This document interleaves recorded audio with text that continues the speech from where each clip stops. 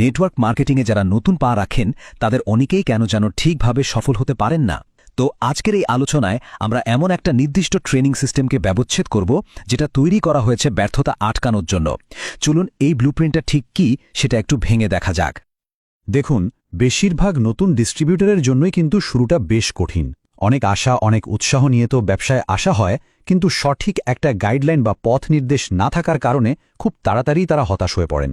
আর এই সিস্টেমটা ঠিক এই সমস্যাটারই সমাধান দেয়। মানে, মানুষ কেন ব্যর্থ হয় আর কিভাবে সেই ব্যর্থতা এড়ানো সম্ভব। তো এর সমাধানটা মূলত দুটো ভাগে ভাগ করা। একটা হলো ইন্টারনাল বা অভ্যন্তরীণ সিস্টেম, আর অন্যটা হলো এক্সটার্নাল বা বাহ্যিক সিস্টেম। একটা সিস্টেম আপনার ভেতরের জ্ঞান আর মানসিকতাকে তৈরি করে, আর অন্যটা আপনাকে মাঠে নেমে কাজ করতে সাহায্য করে।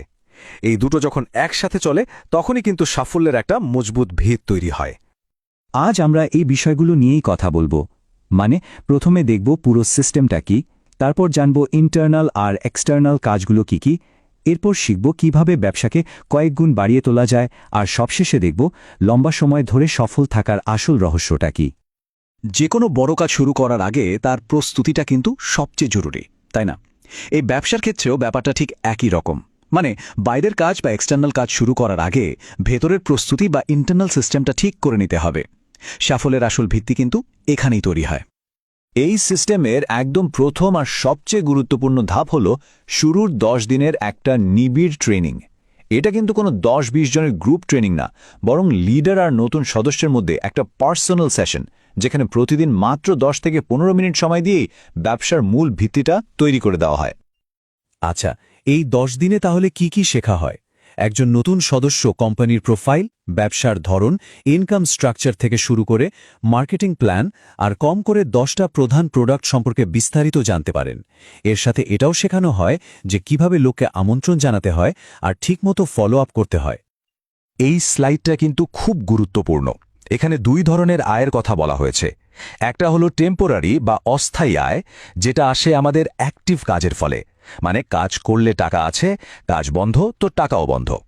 আর অন্যটা হলো পার্মানেন্ট বা স্থায়ী আয়, যেটা একটা সিস্টেম তৈরির মাধ্যমে আসে, ধরুন বাড়ি ভাড়ার মতো। এই ব্যবসার মূল লক্ষ্যই হলো এরকম একটা স্থায়ী আয়ের সিস্টেম তৈরি করা। ওই 10 দিনের ট্রেনিংয়ের পাশাপাশি আরও কিছু অভ্যাস তৈরি করে নেওয়াটা খুব জরুরি। যেমন, একজন লিডারের কথা কেন শুনতে হবে সেটা বোঝা, প্রতিদিন ইউটিউব বা জুম মিটিং থেকে কিছু না কিছু শেখা, নিজে প্রোডাক্ট ব্যবহার করে তার ওপর বিশ্বাস তৈরি করা, আর টিমের হোয়াটসঅ্যাপ বা ফেসবুক গ্রুপগুলোতে অ্যাক্টিভ থাকা। এই ছোট ছোট অভ্যাসগুলোই কিন্তু লম্বা রেসের ঘোড়া তৈরি করে। বেশ, ভেতরের প্রস্তুতি তো হলো, এবার তো মাঠে নামার পালা, তাই না? এক্সটার্নাল সিস্টেম হলো সেই ধাপ যেখানে এতক্ষণ যা যা শেখা হলো সেগুলোকে বাস্তবে কাজে লাগানো হবে। মানে, এখন ব্যবসার চাকাটা ঘোরানো শুরু হবে। চলুন দেখি এখানে কি করতে হবে। প্রথম কাজ হলো একটা লিস্ট বানানো। আর এই লিস্ট কিন্তু মাথায় বা ফোনের কন্ট্যাক্ট লিস্টে থাকলে চলবে না। একটা খাতায় নামগুলো লিখতে হবে, আর শুরুতেই কম করে 100টা নাম লিখে ফেলতে হবে। এটাই কিন্তু এই ব্যবসার প্রধান কাঁচামাল। লিস্টটা কিন্তু খুব সহজভাবে সাজাতে হবে। দেখুন, মাত্র 3টা কলাম: নাম, ফোন নম্বর আর সে কোথায় থাকে। এই সহজ ফরম্যাটটা গুছিয়ে কাজ করতে দারুণ সাহায্য করে। আর কাকে কখন ফোন করা হলো, কি কথা হলো, সব ট্র্যাক রাখা যায়। লিস্টে তো 100 বা তার বেশি নাম থাকতেই পারে, কিন্তু কাজটা শুরু করবেন কাদের দিয়ে? অগ্রাধিকার তাদেরকেই দেওয়া উচিত যাদের সাথে সম্পর্কটা ভালো, যাদের বয়স 18-র বেশি, যারা সৎ এবং সমাজে যাদের সম্মান আছে, আর যাদের সাথে টাকার লেনদেন পরিষ্কার। ঠিক যেমন কিছু মানুষকে অগ্রাধিকার দিতে হয়, তেমনি কিছু মানুষকে কিন্তু প্রথম দিকে এড়িয়ে চলাই ভালো। যেমন ধরুন, যারা অতিরিক্ত রাজনীতি নিয়ে থাকে, যাদের চরিত্রে সমস্যা আছে, বা যারা সমাজে ঝামেলা তৈরি করে বেড়ায়, এদেরকে টিমে আনলে ব্যবসার পরিবেশটাই নষ্ট হয়ে যেতে পারে। এতক্ষণ আমরা যা যা আলোচনা করলাম সেগুলো ছিল ব্যক্তিগত চেষ্টার অংশ। কিন্তু এই ব্যবসার আসল মজা বা আসল শক্তিটা আসে ডুপ্লিকেশন থেকে। ডুপ্লিকেশন হলো সেই ইঞ্জিন যা আপনার একার চেষ্টাকে একটা বিশাল সংগঠনে পরিণত করতে পারে। আচ্ছা, ডুপ্লিকেশন মানে আসলে কি? খুব সহজ ভাষায় বললে, আপনি নিজে যা যা শিখেছেন, মানে ওই ইন্টারনাল আর এক্সটার্নাল সিস্টেমটা, সেটা আপনার নতুন টিম মেম্বারদের হুবহু শিখিয়ে দেওয়া, একদম কপি পেস্ট। এর ফলে কি হয়? তারাও আপনার মতো স্বাধীন হয়ে ওঠে আর নিজেদের টিম তৈরি করতে শুরু করে। এই ব্যবসার মূল দর্শনটাই কিন্তু ফলোয়ার বা অনুসারী তৈরি করা নয়, বরং নতুন নতুন লিডার তৈরি করা।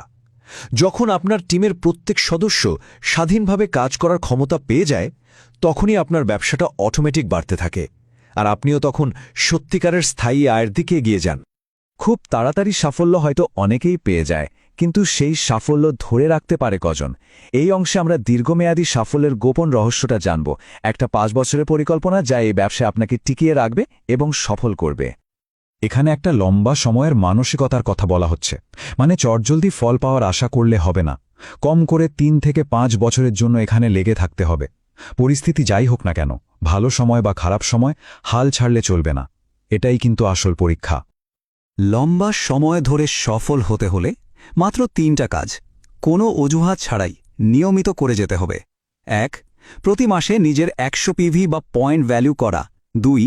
প্রতিদিন কিছু না কিছু শেখার জন্য সময় বের করা। আর 3. লাগাতার নতুন মানুষকে এই ব্যবসায় আমন্ত্রণ জানানো। যারা সফল হয়েছেন তারা কেউই কিন্তু এই 3টা কাজ কোনোদিন বাদ দেননি। এই উপমাটা কিন্তু অসাধারণ। সাফল্য রাতারাতি পাওয়া যায় না, এটা একটা পদ্ধতি।